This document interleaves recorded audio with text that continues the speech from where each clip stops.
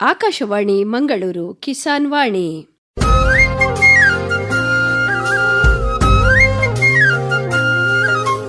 ಕಿಸಾನ್ ವಾಣಿ, ಕಿಸಾನ್ ವಾಣಿ, ಜೈ ಕಿಸಾನ್, ಜೈ ಕಿಸಾನ್, ಜೈ ಕಿಸಾನ್, ಕಿಸಾನ್ ವಾಣಿ.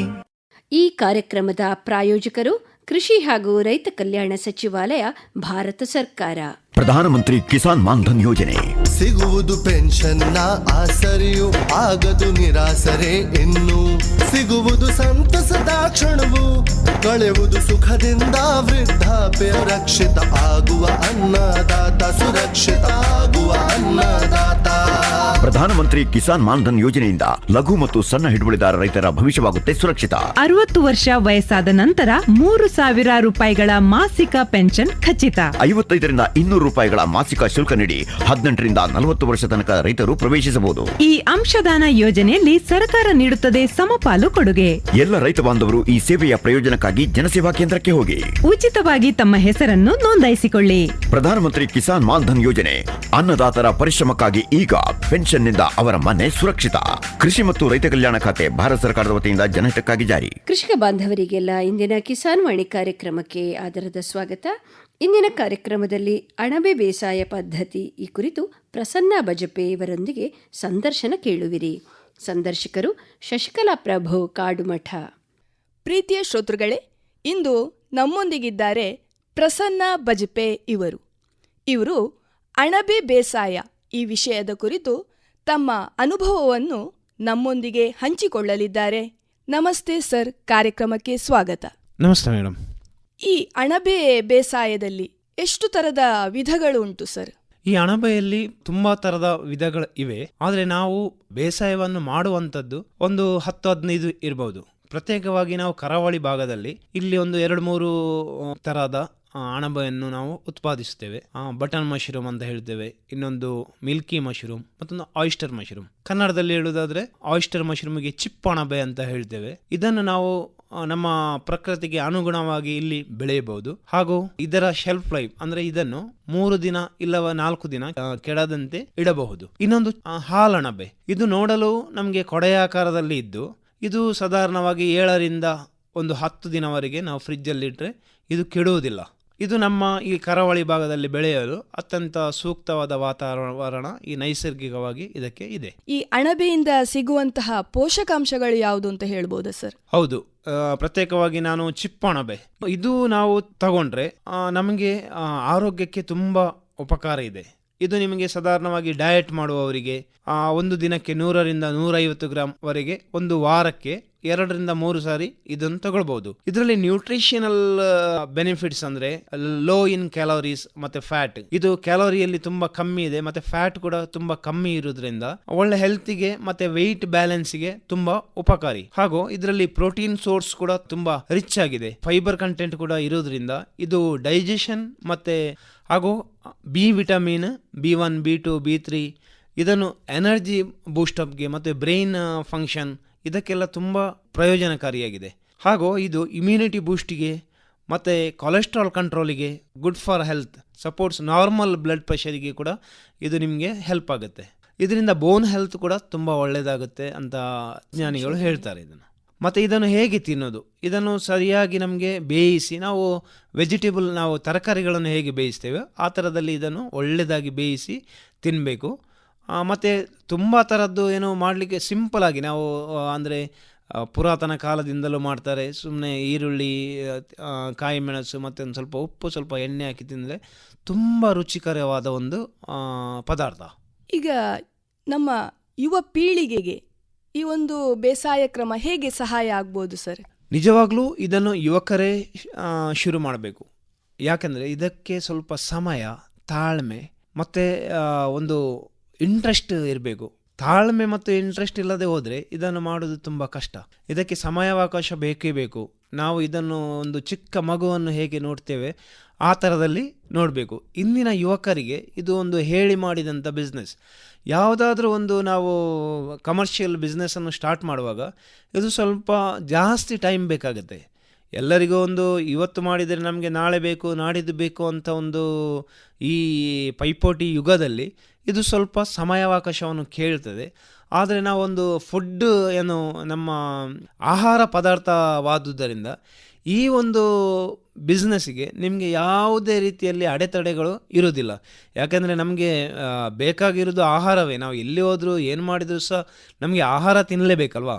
ಈಗ ಸಪೋಸ್ ಇರ್ಬೋದು, ಬೇರೆ ಬೇರೆ ಬಿಸ್ನೆಸ್ ಮಾಡುವಾಗ ಪೈಪೋಟಿಗಳು ಇರ್ಬೋದು, ಕಾರಣಾಂತರಗಳಿಂದ ಅದೊಂದು ಕುಂಠಿತಗೊಳ್ಳುವ ಇಲ್ಲದಿದ್ದರೆ ಸ್ಥಗಿತಗೊಳ್ಳುವ ಒಂದು ಇದು ಪ್ರಮೇಯ ಬರುತ್ತದೆ. ಆದರೆ ಇದರಲ್ಲಿ ಇದು ಆಹಾರ ಪದಾರ್ಥವಾದುದರಿಂದ ಇದರಲ್ಲಿ ಅಂಥದ್ದು ಯಾವುದು ಸಮಸ್ಯೆಗಳು ಇರುವುದಿಲ್ಲ. ಕ್ರಮೇಣ ನಮಗೆ ಈ ಫ್ರೆಶ್ ಅಂದರೆ ತಾಜಾ ಅಣಬೆಗಳು ಸೇಲ್ ಆಗೋದಿಲ್ಲ, ಅಂದರೆ ಯಾರು ತಗೊಳ್ಳುವವರು ಇರೋದಿಲ್ಲ. ನಮಗೆ ಅದನ್ನು ಒಣಗಿಸುವ, ನಮಗೆ ಪೌಡರ್ ಮಾಡ್ಬೋದು, ಇದರಿಂದ ಬೈ ಪ್ರಾಡಕ್ಟ್ಸ್ ಮಾಡ್ಬೋದು. ಅಂದರೆ ಇದು ಈ ಒಂದು ಬೆಳೆಯನ್ನು ಬೆಳೆದರೆ ಇದರ ಏನು ಇದೆ ವಿಸ್ತಾರವಾದ ಅವಕಾಶಗಳಿವೆ. ನಮಗೆ ಎಕ್ಸ್ಪೋರ್ಟ್ ಕೂಡ ಮಾಡಬಹುದು, ಪ್ರೋಟೀನ್ ಕೂಡ, ಇದನ್ನು ಪ್ರೋಟೀನ್ ಪೌಡರ್ ಆಗಿ ಕೂಡ ಯೂಸ್ ಮಾಡಬಹುದು. ಆದುದರಿಂದ ಇಂದಿನ ಯುವ ಪೀಳಿಗೆ ಇರಲಿ, ಶಾಲಾ ಮಕ್ಕಳು ಇರಲಿ, ಇದನ್ನು ಬೆಳೆಯುವ ಬಗ್ಗೆ ಆಲೋಚನೆ ಮಾಡಬೇಕು. ಈಗ ನಾವು ಹೇಳ್ತೇವೆ ಚೈನಾ ನಂಬರ್ 1 ಇದೆ. ಇದು ವಿವಿಧ ರೀತಿಯ ಅಣಬೆಗಳನ್ನು ಬೆಳೀತಾರೆ, ತುಂಬ ಅಣಬೆಗಳನ್ನು ಬೆಳೀತಾರೆ ಅವರು. ಯಾಕಂದರೆ ಈ ಅಣಬೆಗಳನ್ನು ನಾವು ಈಗ ದಿನಾಲು ನೋಡ್ತಾ ಇರ್ತೇವೆ. ನಾವು ತಿನ್ನೋದು ಕಮ್ಮಿ, ಅಂದರೆ ನಾವು ಯಾವಾಗಲೂ ಆ ಒಂದು ಬೆಳೆಯುವುದು ಕೊಡುವುದು ಆ ರೀತಿಯಲ್ಲಿ ಇರೋದ್ರಿಂದ ನಾವು ಕೂಡ ಸೇವಿಸ್ತಾರೆ. ಆದರೆ ವಿಷಯ ಅಂದರೆ ಈ ಮಕ್ಕಳಿಗೆ ನಾವು ಕಾಲೇಜು ಶಾಲೆಯಲ್ಲಿ ಹೇಳಿಕೊಟ್ರೆ ಮುಂದೆ ಅವರು ಇದರಿಂದ ಶಾಲೆ ಕಾಲೇಜು ಶಿಕ್ಷಣವನ್ನು ಪೂರ್ತಿಗೊಳಿಸಿದ ಮೇಲೆ ಈ ಒಂದು ಬಿಸ್ನೆಸ್ ಅನ್ನು ಅವರು ಸ್ಟಾರ್ಟ್ ಮಾಡ್ಬೋದು. ಇಲ್ಲದ್ರೆ ಶಾಲಾ ಕಾಲೇಜುಗಳಿಗೆ ಹೋಗುವಾಗಲೇ ಸಣ್ಣ ಪ್ರಮಾಣದಲ್ಲಿ ಘಟಕವನ್ನು ಪ್ರಾರಂಭಿಸಿ ಇದು ಅವರಿಗೆ ಬೆಳೆಯಲು ಪ್ರೋತ್ಸಾಹವಾಗ್ತದೆ. ಮತ್ತೆ ಸ್ವಂತ ಒಂದು ಸ್ವ ಉದ್ದಿಮೆಯನ್ನು ಇವರು ಮಾಡಬಹುದು. ಹೌದು ಸರ್, ನಿಜವಾಗಿ ವಿದ್ಯಾರ್ಥಿಗಳಿಗೆ ಆ ಒಂದು ಆಸಕ್ತಿ ಇದ್ರೆ ಅಂತ ಹೇಳಿದ್ರೆ ಅವರು ಸಹ ಬೆಳೆಯುವಾಗ ಈ ಒಂದು ಉದ್ಯೋಗದಲ್ಲಿ ಇಂಟ್ರೆಸ್ಟ್ ಇದ್ರೆ ಅದನ್ನು ಸಹ ಬೆಳೆಸ್ತಾ ಶಿಕ್ಷಣವನ್ನು ಸಹ ಮಾಡಬಹುದು ಒಟ್ಟಿಗೆ. ಈಗ ಸರ್, ಈ ಅಣಬೆ ಅಂತ ಹೇಳ್ತೇವೆ, ಇದು ನಮಗೆ ನಾವು ಹಿಂದೆ ನೋಡಿದ ಪ್ರಕಾರ ಒಂದು ಸಂದರ್ಭದಲ್ಲಿ ಒಂದು ವಾತಾವರಣಕ್ಕೆ ಹೊಂದಿಕೊಂಡು ಈ ತೋಟದಲ್ಲಿ ಗುಡ್ಡೆಯಲ್ಲಿ ನಮಗೆ ಸಿಗ್ತಾ ಇತ್ತು. ಸೊ ಈ ಒಂದು ಸಿಗುವಂತ ಅಣಬೆಗೂ ನಾವು ಮಾಡುವಂತಹ ಅಣಬೆ ಬೇಸಾಯ ಏನು ವ್ಯತ್ಯಾಸ ಸರ್? ನಿಜವಾಗ್ಲೂ ಹೇಳುವುದಾದ್ರೆ ಪ್ರಕೃತಿದಾಯಕವಾಗಿ ಸಿಗೋದು ಅದು ಅಮೃತಕ್ಕೆ ಸರಿ. ನಾವು ಎಷ್ಟು ಕೂಡ ಹೇಳ್ಬೋದು, ಈಗ ನಾನು ಅಣಬೆಯನ್ನು ಬೆಳೆಯುತ್ತೇನೆ, ನಾನು ಹೇಳ್ಬೋದು ನಮ್ಮ ಅಣಬೆ ಕೂಡ ಒಳ್ಳೆದಿದೆ. ಆದರೆ ಪ್ರಕೃತಿಯಲ್ಲಿ ಸಹಜವಾಗಿ ಬೆಳೆಯುವಂತ ಅದು ದೇವರು ಕೊಟ್ಟ ಒಂದು ಅಮೃತವೇ ಸರಿ. ಅದಕ್ಕೆ ಹೋಲಿಕೆ ಮಾಡಲು ಎಲ್ಲಿಂದಲೂ ಸಾಧ್ಯವಿಲ್ಲ. ಆದರೆ ಇದು ನಾವು ಮಾನವ ನಿರ್ಮಿತ, ಅಂದ್ರೆ ಮಾನವನು ಈ ಫಂಗಸ್ ಅನ್ನು ತೆಗೆದು, ಅಣಬೆ ಅಂತ ಹೇಳಿದ್ರೆ ಫಂಗಸ್, ಫಂಗಸ್ ಅನ್ನು ತೆಗೆದು ಇದರ ಸ್ಪೋರ್ಸ್ ಅನ್ನು ತಯಾರಿಸಿ, ಅಂದ್ರೆ ಬೀಜವನ್ನು ತಯಾರಿಸಿ, ಅಣಬೆಗೆ ಸ್ವಂತ ಬೀಜವನ್ನು ಮಾಡುವ ಒಂದು ಶಕ್ತಿ ಇರುವುದಿಲ್ಲ. ಇದು ಬೇರೆ ಒಂದು ಸೋರ್ಸ್ ಅಲ್ಲಿ ಇದು ಬೆಳೆದು, ಫಂಗಸ್ ಅನ್ನು ಬೆಳೆದು, ಇದನ್ನು ನಾವು ಬೀಜವನ್ನು ಉತ್ಪತ್ತಿ ಮಾಡಿ ಇದನ್ನು ಭತ್ತದ ಹುಲ್ಲೇನಿದೆ, ಇಲ್ಲದ್ರೆ ಇದನ್ನು ಬೆಳೆಯಲು ತುಂಬಾ ಬೇರೆ ಬೇರೆ ಕಸ ಕಡ್ಡಿಗಳನ್ನೆಲ್ಲ ಉಪಯೋಗಿಸ್ತಾರೆ. ಆದ್ರೆ ಕಮರ್ಷಿಯಲ್ ಆಗಿ ನೋಡುವಾಗ ನಮ್ಗೆ ಭತ್ತದ ಬೈಹುಲ್ಲು ಅದು ತುಂಬಾ ಒಳ್ಳೇದು. ಅಂದ್ರೆ ಎಲ್ಲಿ ನೋಡಿದ್ರೆ ನಿಮ್ಗೆ ಭತ್ತ, ಇವಾಗ ಈ ಕೇರಳದಲ್ಲೆಲ್ಲ ಈ ಸಾಫ್ಟ್ ವುಡ್ ಏನಿದೆ, ಅಂದ್ರೆ ರಬ್ಬರ್ ಇರ್ಬೋದು, ಮತ್ತೆ ಪೊಂಗೇರ್ ಅಂತ ಹೇಳ್ತಾರೆ, ಅದು ಇರ್ಬೋದು, ಅದರ ನಿಮ್ಗೆ ಪೌಡರ್ ಏನಿದೆ ಅದರಲ್ಲಿ ಬೆಳೀತಾರೆ. ಆದ್ರೆ ಭತ್ತದ ನಾವೀಗ ನಮ್ಗೆ ಇಲ್ಲಿ ಲೋಕಲ್ ಆಗಿ ಸಿಗುವುದು ಭತ್ತದ ಬೈಹುಲ್ಲು ತುಂಬಾ ಯಥೇಚ್ಛವಾಗಿ ಸಿಗುತ್ತದೆ. ಈ 3 ತಿಂಗಳ ಹಳೆಯದಾದ ಭತ್ತದ ಬೈಹುಲ್ಲು ಕ್ಲೀನ್ ಇರಬೇಕು, ಅಂದ್ರೆ ಹಳದಿ ಬಣ್ಣದ್ದಿರ್ಬೇಕು, ಅಂದ್ರೆ ಮಳೆಯಲ್ಲಿ ನೆನೆದಿರಬಾರ್ದು, ತುಂಬಾ ಒಣಗಿರ್ಬೇಕು. ಈ ಶುಚಿಯಾದ ಭತ್ತದ ಬೈಹುಲ್ಲನ್ನು ತೆಗೆದುಕೊಂಡು 2 ರಿಂದ 3 ಇಂಚು ಇದನ್ನು ತುಂಡರಿಸಬೇಕು. ಸಪೋಸ್ ನಾವು ರೈತರ ಮನೆಯವರಾದ್ರೆ ಚಾಪ್ ಕಟರ್ ಎಲ್ಲ ಮನೆಯಲ್ಲೇ ಇರ್ತದೆ, ಇದು ದನಗಳಿಗೆ ಹಾಕುವ ಏನು ಹುಲ್ಲೆಲ್ಲ ರೆಡಿ ಮಾಡ್ತೇವೆ ಅದನ್ನು ಕಟ್ ಮಾಡುವ ಸೇಮ್ ಚಾಪ್ ಕಟರ್ ಇಂದ ಈ ಭತ್ತದ ಬೈಹುಲ್ಲನ್ನು ನಾವು ಕಟ್ ಮಾಡಬೇಕು. ಈ ಕಟ್ ಮಾಡಿದ ಭತ್ತದ ಬೈಹುಲ್ಲನ್ನು ಏನು ಇದೆ ಒಂದು ಗೋಣಿ ಚೀಲದಲ್ಲಿ ತುಂಬಿಸಿ ಇದನ್ನು 12 ಗಂಟೆಗಳ ಕಾಲ ಒಳ್ಳೆ ನೀರಲ್ಲಿ ನೆನೆ ಹಾಕಬೇಕು. ಸಾಧ್ಯವಾದರೆ ಇದನ್ನು ನೆನೆ ಹಾಕೋದಕ್ಕಿಂತ ಮುಂಚೆ ಚೆನ್ನಾಗಿ ತೊಳೆಯಬಹುದು, ಯಾಕಂದ್ರೆ ಇದರಲ್ಲಿ ಮಣ್ಣು ಮತ್ತೆ ನುಸಿ ಎಲ್ಲ ಇರ್ತದೆ, ಅದೆಲ್ಲ ಹೋಗ್ತದೆ. ಆಮೇಲೆ ಇದನ್ನು ಏನ್ ಮಾಡಬೇಕು, ನಾವು ಒಂದು ಡ್ರಮ್ ಅಲ್ಲಿ ಈ ಗೋಣಿ ಚೀಲದಲ್ಲಿ ಕಟ್ಟಿದ ಬೈಹುಲ್ಲನ್ನು ನೆನೆ ಹಾಕಬೇಕು. 12 ಗಂಟೆಗಳ ಕಾಲ ನೆನೆ ಹಾಕಿ ಆಮೇಲೆ ಇದನ್ನು ತೆಗೆದು ಮೇಲೆ ಇಡಬೇಕು. ಈ ನೀರೆಲ್ಲ ಹೋದ್ಮೇಲೆ ಇದನ್ನು ಹಬೆಯಲ್ಲಿ ಬೇಯಿಸುವ ಕ್ರಮವನ್ನು ನಾವು ಅನುಸರಿಸಬೇಕು. ಅಂದ್ರೆ ಈ ಇಡ್ಲಿ ಪಾತ್ರೆಯಲ್ಲಿ ಇಡ್ಲಿಯನ್ನು ಹೇಗೆ ಮಾಡ್ತೇವೆ ಸೇಮ್ ಆ ಸಿಸ್ಟಮೇ. ಆವಾಗ ಏನಾಗುತ್ತೆ, ಈ ಭತ್ತದ ಬೈಹುಲ್ಲಲ್ಲಿ ಇರುವ ಕ್ರಿಮಿ ಕೀಟಗಳು, ಬೇಡೊಂದು ಫಂಗಸ್ ಎಲ್ಲ, ಬ್ಯಾಕ್ಟೀರಿಯಾಗಳು ಎಲ್ಲ ಸತ್ತೋಗಿ ಒಂದು ಸ್ಟೆರಿಲೈಸ್ ಆಗುತ್ತೆ. ಅಂದ್ರೆ ಒಂದು ಶುಚಿಯಾದ ಒಂದು ನಮಗೆ ಸಬ್ಸ್ಟ್ರಾಕ್ಟ್ ಸಿಗುತ್ತದೆ. ಇದನ್ನು ನಾವು ಒಳ್ಳೆಯದಾದ ಒಂದು ರೂಮಲ್ಲಿ, ಅಂದ್ರೆ ಒಂದು ಬೇಯಿಸ್ಲಿಕ್ಕೆ ನಮಗೆ ಒಂದು 2 ಅವರ್ ಆದ್ರೂ ಬೇಕು. ಒಂದು 45 ಮಿನಿಟ್ಸ್ ವರೆಗೆ ನೀರು ಕುದಿಸಿ ಹಬೆ ಬರ್ಲಿಕ್ಕೆ ಬೇಕು. ಈ ಹಬೆ ಈ ಡ್ರಮ್ ಅಲ್ಲಿ ಉತ್ಪತ್ತಿಯಾದ ನಂತರ ಇದರಿಂದ ನಮ್ಗೆ 2 ಗಂಟೆ ತನಕ ಇದರ ಅವಶ್ಯಕತೆ ಇದೆ ಬೆಂಕಿ ಹಾಕುದು. ಈ ಫುಲ್ ಇದರ ಈ ಬೈಹುಲ್ಲಿನ ಒಳಗಡೆ ಎಲ್ಲ ಈ ಹಬೆ ಹೋಗಿ ಕ್ರಿಮಿ ಕೀಟಗಳು ನಾಶವಾಗಿದೆ ಅಂತ ನಮ್ಗೊಂದು ಅನಿಸಿದ್ರೆ, ಆಮೇಲೆ ಒಂದು ಚಿಕ್ಕದಾದ ಒಂದು ರೂಮ್ ಅಲ್ಲಿ ಒಂದು ಸಾಧಾರಣವಾಗಿ 10x10 ಅಂದ್ರೆ 100 ಸ್ಕ್ವೇರ್ ಫೀಟ್ ಒಂದು ರೂಮ್ ಅಲ್ಲಿ ಚೆನ್ನಾಗಿ ತೊಳೆದು ಡೆಟಾಲ್ ಇಂದ ತೊಳೆದ್ರು ಇನ್ನೂ ಉತ್ತಮ. ಯಾಕಂದ್ರೆ ಅಲ್ಲಿ ಇರುವ ರೂಮ್ ಅಲ್ಲಿ ಇರುವುದು ಏನು ಫಂಗಸ್ ಇದೆ, ಕ್ರಿಮಿಗಳು ಇದೆ, ಅದೆಲ್ಲ ಸಾಧಾರಣವಾಗಿ ಸತ್ತೋಗುತ್ತೆ. ಆಮೇಲೆ ಒಂದು ಕವರ್ ಅನ್ನು PP ಕವರ್ ಅನ್ನು ಹರಡಿ ಅದರ ಮೇಲೆ ಈ ಬೈಹುಲ್ಲೆಂದೆ ಇದನ್ನು ಒಣಗಿಸ್ಬೇಕಂದ್ರೆ ತಂಪಾಗಿಸ್ಬೇಕು. ಬಿಸಿ ಇರುತ್ತಲ್ವಾ, ಇದು ತುಂಬಾ ತಂಪಾದ ಮೇಲೆ ನಾವು ಈಗ ಮುಟ್ಟಿ ನೋಡುವಾಗ ನಮಗೆ ಗೊತ್ತಾಗ್ತದ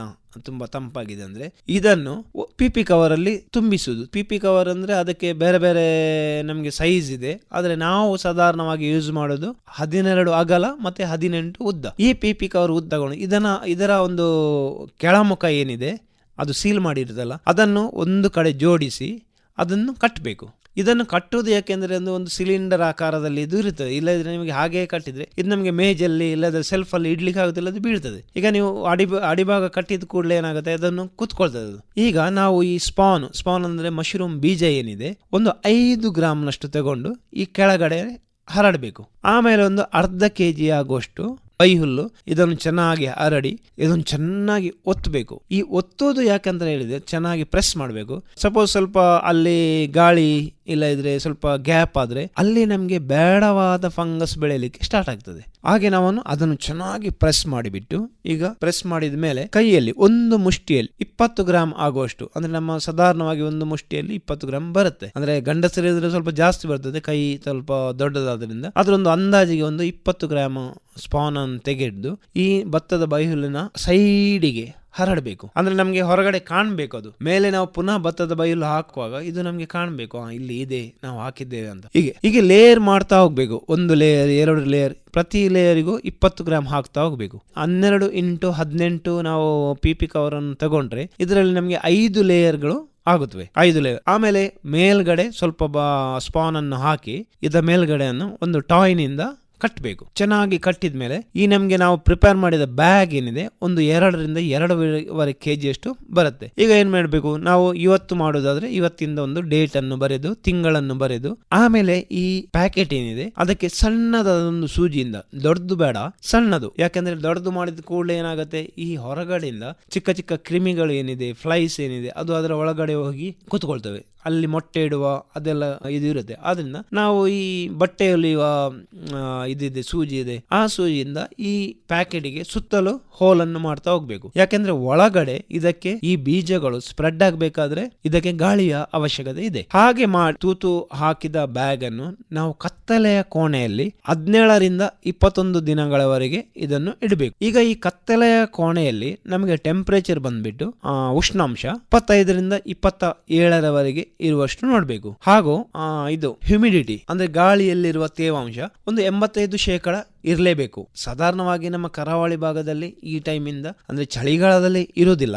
ಒಂದು ಜನವರಿ 15-20ನೇ ತಾರೀಕಿನಿಂದ ಮತ್ತೆ ಹ್ಯೂಮಿಡಿಟಿಯೇ ಜಾಸ್ತಿ ಇರುವುದು, ಇದು ತೇವಾಂಶ ಜಾಸ್ತಿ ಇರ್ತದೆ, ಉಷ್ಣಾಂಶ ತುಂಬಾ ಜಾಸ್ತಿ ಇರ್ತದೆ. ಅದಕ್ಕೆ ಏನ್ ಮಾಡ್ಬೇಕಂದ್ರೆ ಒಂದು ರೂಮ್ ಟೆಂಪರೇಚರ್ ಬಂದ್ಬಿಟ್ಟು ರೂಮಲ್ಲಿ ಸಾಧಾರಣವಾಗಿ ಮನೆಯ ರೂಮ್ಗಳಲ್ಲೆಲ್ಲ 25-26 ಇರ್ತವೆ. ಹೀಗೆ 21 ದಿನ ಈ ಡಾರ್ಕ್ ರೂಮ್ ಏನು ಹೇಳ್ತಾರೆ, ಕತ್ತಲೆಯ ಕೊಠಡಿ, ಅದರಲ್ಲಿ ಇಟ್ಟರೆ ಈ ಫಂಗಸ್ ತುಂಬ ವೇಗವಾಗಿ ಬೆಳೀತದೆ. ಕತ್ತಲೆಯಲ್ಲಿ ತುಂಬ ವೇಗವಾಗಿ ಬೆಳೆದು ನಾವು ಈ ಪ್ಯಾಕೆಟ್ ಏನಿದೆ ಅದು ಎಲ್ಲ ಬಿಳಿ ಆಕಾರದಲ್ಲಿ ಆಗ್ತದೆ. ಈಗ ಇದನ್ನು ನಾವು ಒಂದು ಫ್ರೂಟಿಂಗ್ ಚೇಂಬರ್ ಅಂತ ಹೇಳ್ತೇವೆ. ಹೊರಗಡೆ ಇಲ್ಲಿ ಗಾಳಿ ಆಡಬೇಕು, ಸೂರ್ಯನ ಬೆಳಕು ಬೇಕು.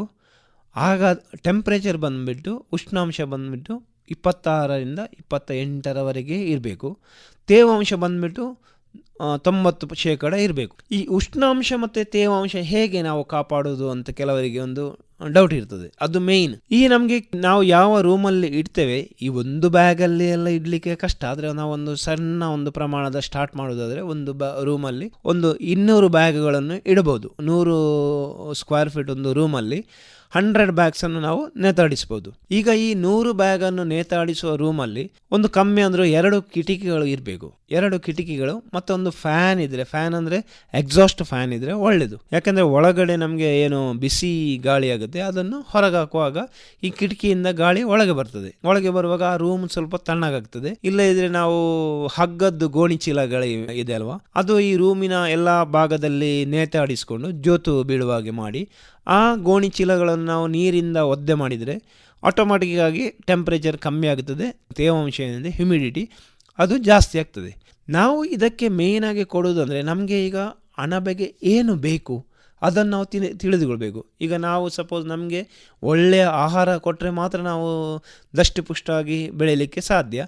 ಆದ್ದರಿಂದ ಅಣಬೆಗೆ ನಮಗೆ ಏನು ಬೇಕು ಅಂತ ನಾವು ಫಸ್ಟಿಗೆ ತಿಳಿದುಕೊಳ್ಬೇಕು. ಇದಕ್ಕೆ ಬೇಕಾಗಿರೋದು ಉಷ್ಣಾಂಶ, ತೇವಾಂಶ, ಮತ್ತು ನಾವು ಏನು ಪ್ಯಾಕೆಟ್ ಮಾಡುವಾಗ ಆ ಬೈಹುಲ್ಲಿದೆ ಏನಿದೆ ಅದರಲ್ಲಿ ಇರಿಸುವ ನೀರು, ಅದು ನಮಗೆ ತುಂಬ ಮುಖ್ಯ ಪಾತ್ರ ವಹಿಸ್ತದೆ. ಯಾಕಂದರೆ ಈ ಚಿಪ್ಪು ಅಣಬೆ, ಆಯಿಸ್ಟರ್ ಮಶ್ರೂಮ್ ಏನಿದೆ ಅದಕ್ಕೆ ನಾವು ಈ ಸಬ್ಸ್ಟ್ರಾಕ್ಟ್ ಏನಿದೆ, ನಾವು ಬೈಹುಲ್ಲು ಏನಿದೆ ಅದನ್ನು ಮುಷ್ಟಿಯಲ್ಲಿ ಇಟ್ಟು ಹೀಗೆ ಅದುಮುವಾಗ ನಮ್ಮ ಬೆರಳೆಡೆಯಿಂದ ನೀರು ಹೋಗಬಾರ್ದು ಹೊರಗಡೆ. ಅಷ್ಟು ಪಸೆ ಇರಬೇಕು. ಅದಕ್ಕೆ ಜಾಸ್ತಿ ಒಣಗಲೂಬಾರ್ದು, ಜಾಸ್ತಿ ಡ್ರೈ ಕೂಡ ಆಗಬಾರ್ದು. ಸ್ವಲ್ಪ ಪಸೆ ಇರುವಷ್ಟು ನಾವು, ಅಂದರೆ ಇದು ನಮಗೆ ಒಂದೇ ಸಲಕ್ಕೆ ಬರುವಂಥದ್ದಲ್ಲ. ನೀವು ಬೈ ಪ್ರಾಕ್ಟೀಸ್ ಆಗಿ ನೀವು ಒಂದು 10-15 ಸಲ ನೀವು ಮಾಡುವಾಗ ನಾವು ಕಲಿತೆ ಇದರಿಂದ ಮೇಲೆ ಹೋಗ್ಬೇಕೇ ವಿನ ಇದು ಒಂದೇ ಸರ್ತಿ ಬರುವಂಥದ್ದಲ್ಲ. ನಮಗೆ ಪ್ರಾಕ್ಟೀಸಿಗೆ ಕೆಲವೊಂದು ಸರ್ತಿ ಟ್ರಯಲ್ ಆ್ಯಂಡ್ ಎರರ್ ಸಿಸ್ಟಮ್ ಅಲ್ಲಿ ಹೋಗ್ತದೆ ಇದು. ಅಂದರೆ ಒಂದು 3-4-5 ತಿಂಗಳವರೆಗೆ ನಾವು ನಿಮಗೆ ಒಂದು ಕಲೀಲಿಕ್ಕೆ ಆಗುತ್ತದೆ. ಆದ್ರಿಂದ ಸಹಜವಾಗಿ ನಮಗೆ ಸ್ವಲ್ಪ ಪ್ರಮಾಣದಲ್ಲಿ ಮನೆಯಲ್ಲಿ ಬೆಳೆಸೋದಾದ್ರೆ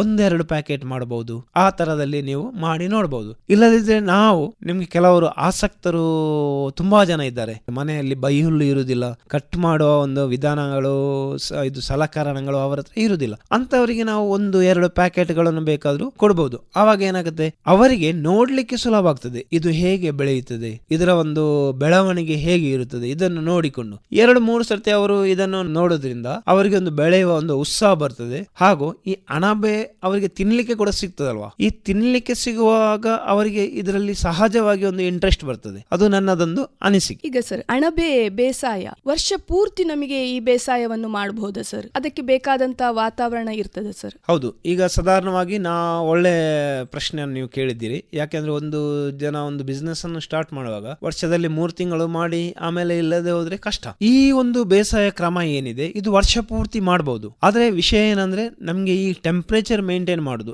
ಈಗ ಟೆಂಪರೇಚರ್ ಮತ್ತೆ ಉಷ್ಣಾಂಶ ಮತ್ತೆ ತೇವಾಂಶ ಇದನ್ನು ಹೇಗೆ ನಾವು ಒಂದು ಮೇಂಟೈನ್ ಮಾಡಬಹುದು, ಅದೇ ಒಂದು ಪ್ರಶ್ನೆ ಇಲ್ಲಿ ಇರುವುದು. ಈಗ ನಾನು ಹೇಳಿದೆ, ಒಂದು ರೂಮ್ ಅಲ್ಲಿ ಸಹಜವಾಗಿ ಗೋಣಿ ಚೀಲಗಳನ್ನು ಜೋತು ಹಾಕಿ ನಮ್ಗೆ ಅದರ ಮೇಲೆ ನಮ್ಗೆ ಈ ಅಲ್ಯೂಮಿನಿಯಂ ಬಬಲ್ ಫಾಯಿಲ್ ಅದೆಲ್ಲ ಸಿಗುತ್ತವೆ. ಈಗ ಅದೆಲ್ಲ ಮೇಂಟೈನ್ ಮಾಡ್ಲಿಕ್ಕೆ ತುಂಬಾ ಸುಲಭ. ಮುಂಚೆ ಹಾಗೆ ಏನಿಲ್ಲ. ಈಗ ರೂಮ್ ಫುಲ್ ಬಬಲ್ ಫಾಯಿಲ್ ಅನ್ನು ಹಾಕಿ ಸ್ಟಿಕ್ ಮಾಡಿ ಅದಕ್ಕೆ ಹ್ಯುಮಿಡಿಫೈಯರ್ಸ್ ಇರ್ತವೆ, ಅದನ್ನು ಆನ್ ಮಾಡೋದ್ರಿಂದ ನಮ್ಗೆ ಸಹಜವಾಗಿ ವರ್ಷ ಪೂರ್ತಿ ಈ ಬೆಳೆಯನ್ನು ಬೆಳೆಯಬಹುದು. ಅಂದ್ರೆ ಒಬ್ರು ಈ ವ್ಯವಹಾರವನ್ನು ಆರಂಭ ಮಾಡಬಹುದು ಅಂತ ಆದ್ರೆ ಆರಂಭ ಮಾಡಿ ಅವರಿಗೆ ವರ್ಷ ಪೂರ್ತಿ ಸಹ ಈ ವ್ಯವಹಾರವನ್ನು ಮುಂದುವರಿಸಬಹುದು, ಅವರ ಒಂದು ಉದ್ಯೋಗವಾಗಿ ಜೀವನದಲ್ಲಿ ತಗೊಳ್ಬಹುದು ಅಂತ ಹೇಳ್ತಾ ಇದ್ದೀರಾ? ಖಂಡಿತವಾಗಿ. ಈಗ ಸಾಧಾರಣವಾಗಿ ನಾವು ಸಣ್ಣ ಪ್ರಮಾಣದಲ್ಲಿ ಸ್ಟಾರ್ಟ್ ಮಾಡೋದಾದ್ರೆ, ಮುಂಚೆ ನಾನು ಸ್ಟಾರ್ಟ್ ಮಾಡಿ 2018ರಲ್ಲಿ ಸ್ಟಾರ್ಟ್ ಮಾಡಿದೆ. ನಾನು 1/2 ಕಿಲೋ ಬೆಳೆದದ್ದುಂಟು ಸ್ಟಾರ್ಟಿಂಗಲ್ಲಿ. ನಮ್ಮ ಬಚ್ಪೆಯಿಂದ ಮಂಗಳೂರಿಗೆ ಬರುವಾಗ ನಮಗೆ ಸಾಧಾರಣವಾಗಿ ಹೋಗ್ಲಿಕ್ಕೆ ಒಂದು 30-32 ಕಿಲೋಮೀಟರ್ ಆಗ್ತದೆ. ಅಂದ್ರೆ ನಮ್ಮದೊಂದು ಉತ್ಸಾಹ, ನಮಗೆ ಇದೊಂದು ಬೇಕು, ನಮ್ಮದೊಂದು ಗುರಿ. ಈಗ ಅದು ಒಂದು ಇದ್ರೆ ನಮಗೆ ರೀಚ್ ಆಗ್ಲಿಕ್ಕೆ ಕಷ್ಟವಾದ್ರೂ ಕೂಡ ಈ ರೀಚ್ ಆಗೋದಿಲ್ಲ ಅಂತ ಇಲ್ಲ. ನಮಗೆ ಗುರಿ ಮೇನ್. ಗುರಿಯೇ ಇಲ್ಲದಿದ್ರೆ ನಮಗೆ ಹೋಗ್ಲಿಕ್ಕೆ ಆಗೋದಿಲ್ಲ, ಎಲ್ಲಿ ಅಂತ ಹೋಗುದು. ಅದರಿಂದ ನಾನು ಸ್ಟಾರ್ಟ್ ಮಾಡುವಾಗ 1/2 kg ಆಗ್ತಾ ಇತ್ತು. ಅಂದ್ರೆ ಒಂದು 2-3 ಬಾಕ್ಸ್ 200 ಗ್ರಾಮ್ಸ್ ಇದ್ದು 2 ಬಾಕ್ಸ್ 3 ಬಾಕ್ಸ್ ಆಗ್ತಾ ಇತ್ತು. ಇದನ್ನು ನಾನು ಹಾಗೆ ಒಂದು ಮಾಡಿ ಈ ಛಲವನ್ನು ಬಿಡಲಿಲ್ಲ. ಅಂದರೆ ಸ್ಟಾರ್ಟಿಂಗಿಗೆ ನನಗೆ ತುಂಬ ಕಷ್ಟ ಆಗಿತ್ತು. ಇದನ್ನು ಬಲ್ಲವರು ಅರಿತವರು ಯಾರೂ ಇರಲಿಲ್ಲ.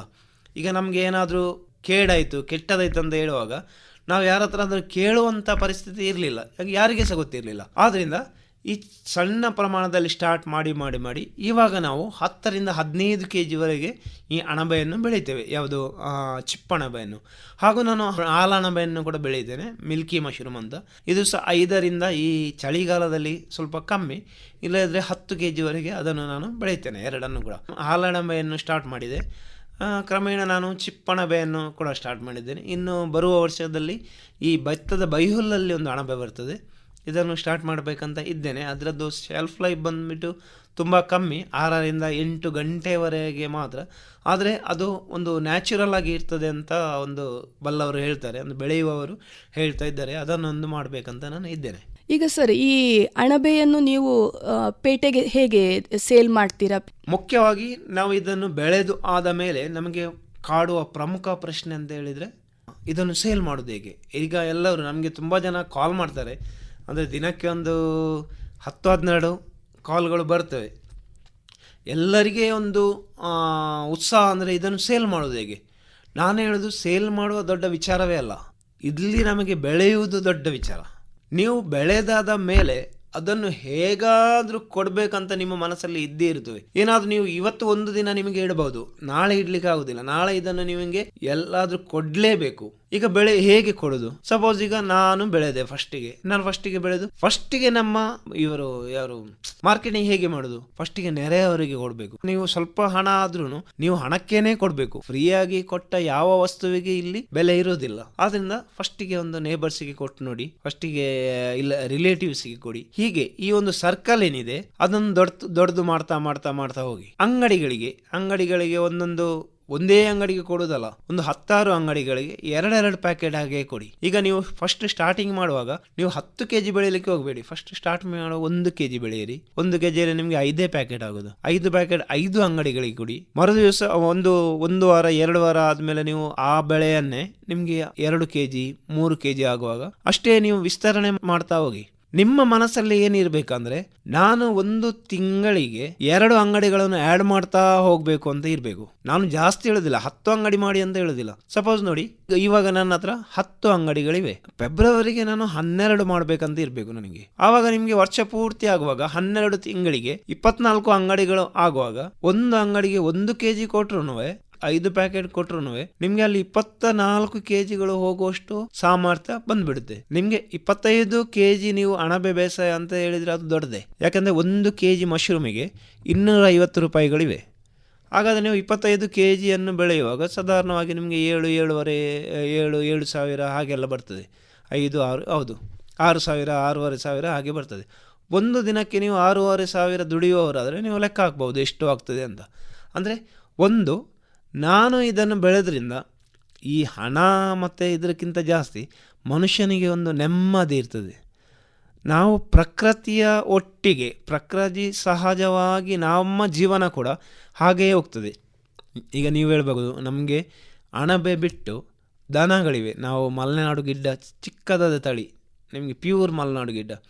ಈಗ ಇದರ ಸೆಗಣಿ ಇದೆ, ಒಳ್ಳೆ ತುಂಬ ಶ್ರೇಷ್ಠವಾದ ಇದರೊಂದು ಸೆಗಣಿ ಏನಿದೆ, ತುಂಬ ಒಳ್ಳೆ ಸೆಗಣಿ.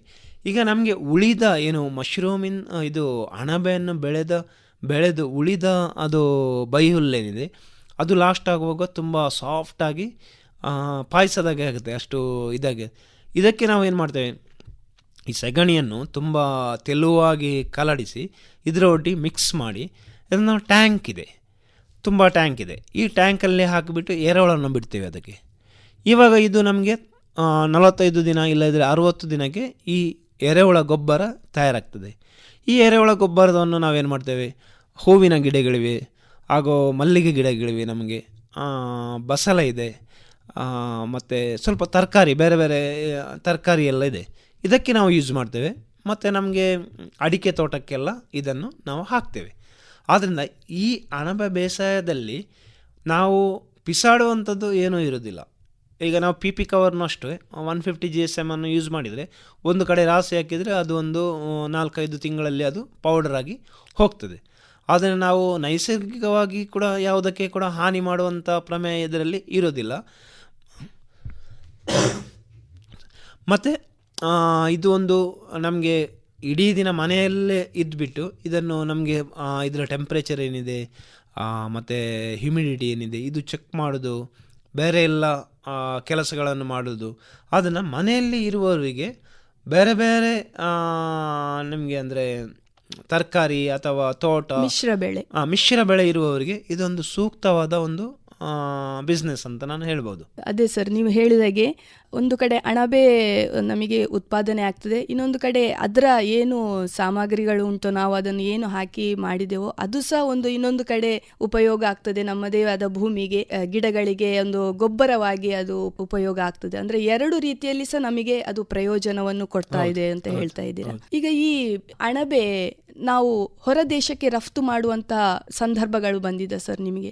ಒಂದು ಆ ಬಿಸ್ನೆಸ್ ವ್ಯವಹಾರವನ್ನು ಆರಂಭ ಮಾಡಿದ್ರೆ ಅಷ್ಟರ ಮಟ್ಟಿಗೆ ಬೆಳಿಬಹುದಾ ಸರ್ ನಾವು? ಅಂದರೆ ಇದನ್ನು ನಾವು ಇಲ್ಲಿ ಬೆಳೆದ ಏನಿದು ಬೆಳೆ ಇದೆ ಇಲ್ಲಿ ಕೊಡಲಿಕ್ಕೇನೆ ಸಾಕಾಗೋದಿಲ್ಲ ಒಂದು.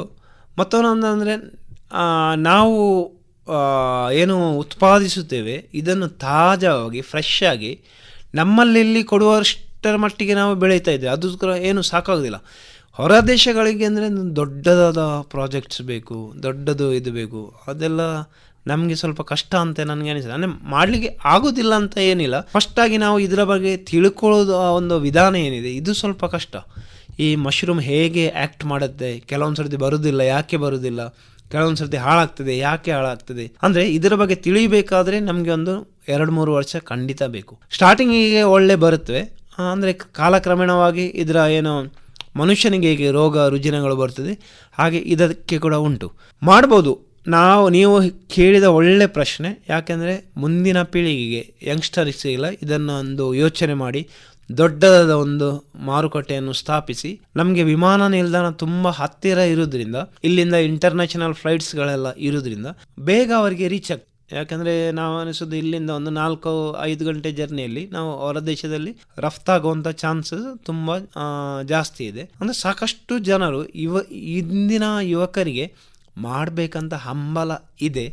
ಆದರೆ ಇದನ್ನು ಹೇಗೆ ಮಾಡೋದು ಅಂದರೆ ಎಲ್ಲರಿಗೂ ಅರ್ಜೆಂಟ್, ಎಲ್ಲದರಲ್ಲಿ ಜನರಿಗೆ ತುಂಬ ವೇಗ, ಅವಸರ, ತಾಳ್ಮೆ ಎಂಬುದು ಯಾವುದ್ರೂ ಸಹ ಇಲ್ಲ. ಅಂದರೆ ಇದರಲ್ಲಿ ತಾಳಿದವನು ಮಾತ್ರ ಬಾಳಿಯವನು. ಇಲ್ಲದ್ರೆ ಅರ್ಜೆಂಟ್ ಮಾಡಿದರೆ ತುಂಬ ಜನರು ಮಾಡಿದರು, ಹಾಗೇ ಮುಚ್ಚಿದ್ರು. ಎಷ್ಟು ಫಾಸ್ಟಾಗಿ ಮಾಡಿದ್ದಾರೆ ಅಷ್ಟೇ ಫಾಸ್ಟಾಗಿ ಮುಚ್ಚಿದ್ದಾರೆ. ಆದ್ದರಿಂದ ತಾಳ್ಮೆಯಿಂದ ಇದನ್ನು ತೆಗೆದುಕೊಂಡ್ರೆ, ಸಪೋಸ್ ನಾವು ಸ್ಟಾರ್ಟ್ ಮಾಡಿದರೆ ನಮ್ಮ ನೆಕ್ಸ್ಟ್ ಜನ್ರೇಷನ್ ಆದ್ರೂ ಹೊರಗಡೆ ಕಳಿಸುವಂಥದ್ದು ಆಗಲಿ ಅಂತ ನನ್ನದೊಂದು ಕೂಡ ಆಶಯ. ಖಂಡಿತ ಸರ್. ಒಂದು ರೀತಿಯಲ್ಲಿ ನೋಡಿದರೆ ಇದೊಂದು ನಮ್ಮ ಉದ್ಯೋಗವನ್ನು ನಾವು ಅರಸುತ್ತಾ ಹೋಗುವಾಗ ಬೆಂಗಳೂರು ಆ ಥರ ಪ್ರದೇಶಗಳಿಗೆ ಹೋಗಬೇಕಾಗ್ತದೆ ಮನೆಯನ್ನು ಬಿಟ್ಟು. ಇದು ಸಹ ಒಂದು ಅಣಬೆಯ ಬೇಸಾಯದ ತರಬೇತಿಯನ್ನು ತಗೊಂಡ್ರೆ ಇದರಲ್ಲಿ ಸಹ ಒಂದು ಒಳ್ಳೆಯ ಜೀವನ ನಡೆಸಬಹುದು ಅಂತೇಳಿ ನೀವು ಹೇಳ್ತಾ ಇದ್ದೀರಾ? ಖಂಡಿತವಾಗಿಯೂ ಒಳ್ಳೆಯ ಜೀವನ ಅಲ್ಲ, ಒಂದು ನೆಮ್ಮದಿಯ ಜೀವನ.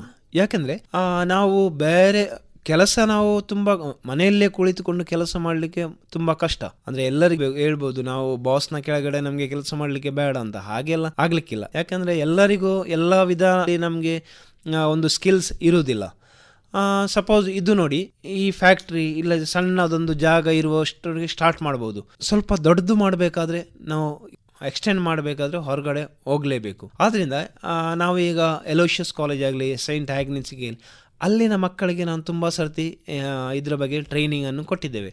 ತುಂಬ ಮಕ್ಕಳಿಗೆ ಇಂಟ್ರೆಸ್ಟ್ ಕೂಡ ಇರ್ತದೆ. ಮತ್ತು ಕಾಲಕ್ರಮೇಣವಾಗಿ ಅವರ ಈ ಇಂಟ್ರೆಸ್ಟ್ ಏನಿದೆ ಕಮ್ಮಿ ಆಗ್ತದೆ. ಯಾಕೆಂದರೆ ಇದು ದೈಹಿಕವಾಗಿ ತುಂಬ ಕೆಲಸವನ್ನು ಕೇಳ್ತದೆ. ಯಾಕೆಂದರೆ ಈ ಎಲ್ಲರಿಗೂ ಏನಂದರೆ ಆಫೀಸಿಗೆ ಹೋಗಬೇಕು, ಮನೆಯಲ್ಲಿ ಕುಳಿತುಕೊಂಡು ಕೆಲಸ ಮಾಡುವಂಥ ಪರಿಸ್ಥಿತಿಯಲ್ಲಿ ಯಾರು ಇರುವುದಿಲ್ಲ. ಬೈಹುಲ್ಲು ಅಂತ ಹೇಳಿದರೆ ಅದರಲ್ಲಿ ಸ್ವಲ್ಪ ಡಸ್ಟ್ ಇರ್ತದೆ, ಅದರ ಒಂದು ಎಲರ್ಜಿ ಎಲ್ಲ ಇರ್ತದೆ. ಅದು ಜನರಿಗೆ ಸ್ವಲ್ಪ, ಈಗ ನಮ್ಮಲ್ಲಿ ಟ್ರೈನಿಂಗ್ ಕೂಡ ಬರ್ತಾರೆ, ಈ ಕಟ್ ಮಾಡುವಾಗ ಡಸ್ಟ್ ಬರ್ತದೆ, ತುರಿಸುವಾಗ ಎಲ್ಲರಿಗೆ ಮುಖ ಒಂದು ಸಣ್ಣ ಸಪ್ಪಗಾಗ್ತದೆ. ಆದರೆ ಇದೆಲ್ಲ ಪರದೆಯ ಹಿಂದಿನ ಒಂದು ಕೆಲಸ. ನಾವು ಮುಂದೆ ಇರುವಾಗ, ಈಗ ನನಗೆ ನೀವು ತುಂಬ ಸರ್ತಿ ಕರೆದೆ, ಇದು ಎಲ್ಲ ನಮಗೆ ಒಂದು ಹೆಮ್ಮೆಯ ವಿಚಾರ. ನಾವೊಂದು ಕೃಷಿ ಮಾಡಿ ಕೂಡ ನಮ್ಮನ್ನೊಂದು ಗುರುತಿಸುವವರು ಇದ್ದಾರಲ್ಲ ಅಂತ ಒಂದು ಹೆಮ್ಮೆಯ ವಿಚಾರ. ಈಗ ನಾನೇನಿದು ನಮ್ಮ ಊರಲ್ಲಿ ಕೂಡ ತುಂಬ ಜನರು ಇದ್ದರೆ ಬೇಡಿಕೆ ಈ ಮಶ್ರೂಮಿಗೆ ಇದ್ದೇ ಇದೆ. ತುಂಬ ಯುವ ಜನರು ಇದನ್ನು ಸ್ಟಾರ್ಟ್ ಮಾಡಬಹುದು. ಇದರ ಬೈ ಪ್ರಾಡಕ್ಟ್ಸ್ ಏನಿದೆ ಇದನ್ನು ಮಾಡಬಹುದು. ಈಗ ತಾಜಾ ಅಣಬೆ ನಮಗೆ ಹೊರ ದೇಶಕ್ಕೆ ಕಳಿಸ್ಲಿಕ್ಕೆ ಆಗೋದಿಲ್ಲದಿದ್ರೂ ಕೂಡ ಇದರ ಬೈ ಪ್ರಾಡಕ್ಟ್ಸ್ ಏನಿದೆ ಇದು ತುಂಬ ಜಾಸ್ತಿ ಟೈಮ್ ಉಳಿತದೆ. ಅಂದರೆ 6 ತಿಂಗಳು 9 ತಿಂಗಳು ಹೀಗೆಲ್ಲ ಅದಕ್ಕೆ ಟೈಮ್ ಉಂಟು. ಒಂದು ಅಣಬೆಯಲ್ಲಿ ತಾಜಾ ಅಣಬೆಯ ಇದು ಉಪ್ಪಿನಕಾಯಿ ಏನಿದೆ ಅದು ತುಂಬಾ ಫೇಮಸ್ ಆಗಿದೆ. ನಮ್ಮ ಭಾರತ ದೇಶದಲ್ಲೇ ಉಪ್ಪಿನಕಾಯಿ ತೆಗೆದುಕೊಂಡು ಮಾರ್ಬೋದು. ಅಂದ್ರೆ ಅಷ್ಟು ವೈಡ್ ಆದ ಒಂದು ಫ್ಯೂಚರ್ ಇದೆ ಇದಕ್ಕೆ. ಆದ್ರಿಂದ ನಾನು ಹೇಳೋದು, 100ರಲ್ಲಿ 10 ಜನರಾದರೂ ಇದನ್ನು ಟ್ರೈ ಮಾಡಬಹುದು. ಒಳ್ಳೆ ಭವಿಷ್ಯ ಇದೆ ಅಂತ ನಾನು ಇದನ್ನು ಹೇಳುದು. ಅದೀಗ ಬೈ ಪ್ರಾಡಕ್ಟ್ ಅಂತ ಹೇಳಿದ್ರಿ, ಅದು ಹೇಗೆ ಸರ್ ಮಾಡುವ ವಿಧಾನ? ಈಗ ಬೈ ಪ್ರಾಡಕ್ಟ್ಸ್ ಅಂದರೆ ಈಗ ಉಪ್ಪಿನಕಾಯಿಗೆ ನಾವು ಬೇರೆ ಉಪ್ಪಿನಕಾಯಿಗೆ ಹೇಗೆ ಮಸಾಲೆಯನ್ನು ಮಾಡ್ತೇವೆ ಸೇಮ್ ಅದೇ ರೀತಿಯಲ್ಲಿ ಮಾಡೋದು. ಈ ಮಶ್ರೂಮನ್ನು ಏನಿದೆ ಒಣಗಿಸುವುದು, ಇಲ್ಲದಿದ್ದರೆ ತಾಜಾವನ್ನಾದರೆ ನಾವು ಇದರ ನೀರೇನಿದೆ ಇದರಲ್ಲಿರುವ ನೀರಿನ ಅಂಶ ಅದನ್ನು ಎಣ್ಣೆಯಲ್ಲಿ ಹಾಕಿ ಡ್ರೈ ಮಾಡಿದ ಮೇಲೆ ಇದನ್ನು ಸೇರಿಸುವುದು. ಮತ್ತು ಇದರಿಂದ ಬಿಸ್ಕಿಟ್ಸ್ಗಳನ್ನು ಮಾಡ್ತಾರೆ. ಬಿಸ್ಕಿಟ್ಸ್ಗಳು ಏನಿದೆ ಇದಕ್ಕೆ ಸ್ವಲ್ಪ ಪ್ರಮಾಣದ ಅಣಬೆ ಪೌಡರನ್ನು ಸೇರಿಸಿ ಅಣಬೆ ಬಿಸ್ಕಿಟ್ ಅಂತ ಇದೆ. ಪ್ರೋಟೀನ್ ಪೌಡರ್ ಇದೆ, ಏನು ನಾವು ಹೆಲ್ತ್ ಡ್ರಿಂಕ್ ಏನೋ ಮಾಡ್ತೇವೆ ಅದಕ್ಕೆ ಸ್ವಲ್ಪ ಪ್ರಮಾಣದಲ್ಲಿ ಈ ಅಣಬೆ ಪೌಡರನ್ನು ಮಿಕ್ಸ್ ಮಾಡಿ ಸೇಲ್ ಮಾಡ್ತಾರೆ. ಹಾಗೂ ಬೇರೆ ಬೇರೆ ರೀತಿಯಲ್ಲಿ ನಿಮಗೆ ಮಕ್ಕಳಿಗೆ ಕೊಡುವಂಥ ರಸ್ಕ್ ಇರ್ಬೋದು, ಆ ರೀತಿಯಲ್ಲಿ ತುಂಬ ನನಗೆ ಗೊತ್ತಿರೋ ಪ್ರಮಾಣದಲ್ಲಿ 4ರಿಂದ 5 ಪ್ರಮಾಣದಲ್ಲಿ ನಾವು ಇವಾಗ ಇದರ ಬೈ ಪ್ರಾಡಕ್ಟ್ಸನ್ನು ಮಾಡ್ತಾ ಇದ್ದೇವೆ. ಈಗ ಒಟ್ಟಾರೆ ಹೇಳುವುದಿದ್ರೆ ನಿಮ್ಮ ಈ ಒಂದು ವ್ಯವಹಾರ ಅಣಬೆ ಬೇಸಾಯ ನಮ್ಮ ಕೇಳುಗರಿಗೆ ಏನು ಹೇಳಲಿಕ್ಕೆ ಇಷ್ಟಪಡ್ತೀರಾ ಸರ್? ಈಗ ಅಣಬೆ ಬೇಸಾಯ ಮಾಡಿ ಅಂತ ಹೇಳುದು ನಾವು. ಈಗ ನೀವು ಇಷ್ಟೊಂದು ಪ್ರೋಗ್ರಾಮನ್ನು ನೀವು ಪ್ರಸಾರ ಮಾಡ್ತೀವಿ, ನಿಮ್ಮ ಉದ್ದೇಶ ಕೂಡ ಏನು, ಇದನ್ನು ಮಾಡಬೇಕು ಅಂತ ಜನರಿಗೆ ಒಂದು ಅರಿವನ್ನು ಮೂಡಿಸುವುದು. ಈಗ ನಾನು ಹೇಳೋದು, ತುಂಬ ಜನರು ಇದನ್ನು ಮಾಡಿದರೆ ಏನಾಗುತ್ತೆ, ಎಲ್ಲರಿಗೆ ಇದು ತಲುಪ್ತದೆ. ಈಗ ಅಣಬೆ ಅಂತ ಹೇಳೋದು ನಾನೀಗ ಹೇಳಿದ್ದೇನೆ.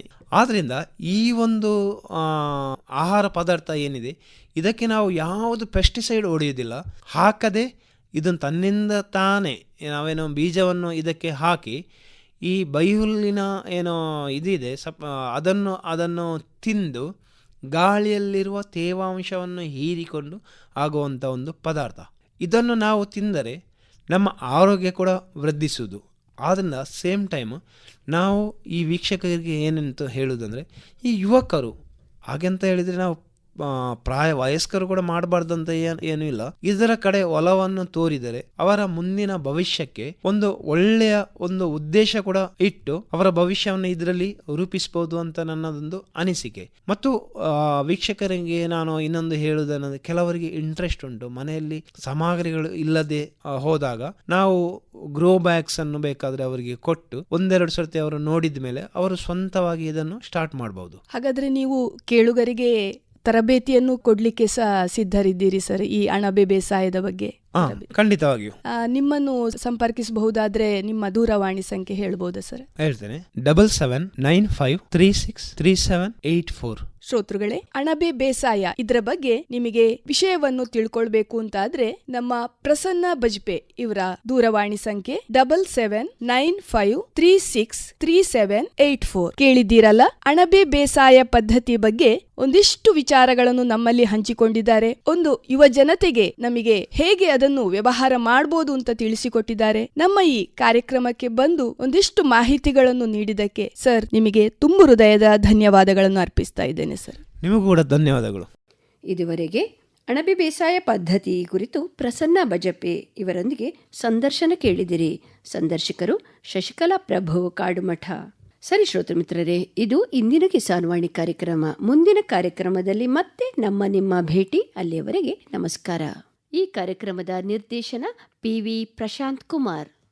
ಪ್ರಧಾನಮಂತ್ರಿ ಕಿಸಾನ್ ಮಾನ್ಧನ್ ಯೋಜನೆ ಸಿಗುವುದು ಪೆನ್ಷನ್ನ ಆಸರೆಯು ಆಗದು ನಿರಾಸರೆ ಇನ್ನು ಸಿಗುವುದು ಸಂತಸದ ಕ್ಷಣವು ಕಳೆಯುವುದು ಸುಖದಿಂದ ವೃದ್ಧಾಪ್ಯ ರಕ್ಷಿತ ಆಗುವ ಅನ್ನದಾತ ಸುರಕ್ಷಿತ ಆಗುವ ಅನ್ನದಾತ.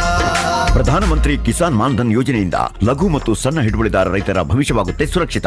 60 ವರ್ಷ ವಯಸ್ಸಾದ ನಂತರ 3,000 ರೂಪಾಯಿಗಳ ಮಾಸಿಕ ಪೆನ್ಷನ್ ಖಚಿತ. 55ರಿಂದ 200 ರೂಪಾಯಿಗಳ ಮಾಸಿಕ ಶುಲ್ಕ ನೀಡಿ 18ರಿಂದ 40 ವರ್ಷ ತನಕ ರೈತರು ಪ್ರವೇಶಿಸಬಹುದು. ಈ ಅಂಶದಾನ ಯೋಜನೆಯಲ್ಲಿ ಸರ್ಕಾರ ನೀಡುತ್ತದೆ ಸಮಪಾಲು ಕೊಡುಗೆ. ಎಲ್ಲ ರೈತ ಬಾಂಧವರು ಈ ಸೇವೆಯ ಪ್ರಯೋಜನಕ್ಕಾಗಿ ಜನಸೇವಾ ಕೇಂದ್ರಕ್ಕೆ ಹೋಗಿ ಉಚಿತವಾಗಿ ತಮ್ಮ ಹೆಸರನ್ನು ನೋಂದಾಯಿಸಿಕೊಳ್ಳಿ. ಪ್ರಧಾನಮಂತ್ರಿ ಕಿಸಾನ್ ಮಾನ್ಧನ್ ಯೋಜನೆ ಅನ್ನದಾತರ ಪರಿಶ್ರಮಕ್ಕಾಗಿ ಈಗ ಪೆನ್ಷನ್ನಿಂದ ಅವರ ಮನೆ ಸುರಕ್ಷಿತ. ಕೃಷಿ ಮತ್ತು ರೈತ ಕಲ್ಯಾಣ ಖಾತೆ ಭಾರತ ಸರ್ಕಾರದ ವತಿಯಿಂದ ಜನಹಿತಕ್ಕಾಗಿ ಜಾರಿ. ಈ ಕಾರ್ಯಕ್ರಮದ ಪ್ರಾಯೋಜಕರು ಕೃಷಿ ಹಾಗೂ ರೈತ ಕಲ್ಯಾಣ ಸಚಿವಾಲಯ, ಭಾರತ ಸರ್ಕಾರ.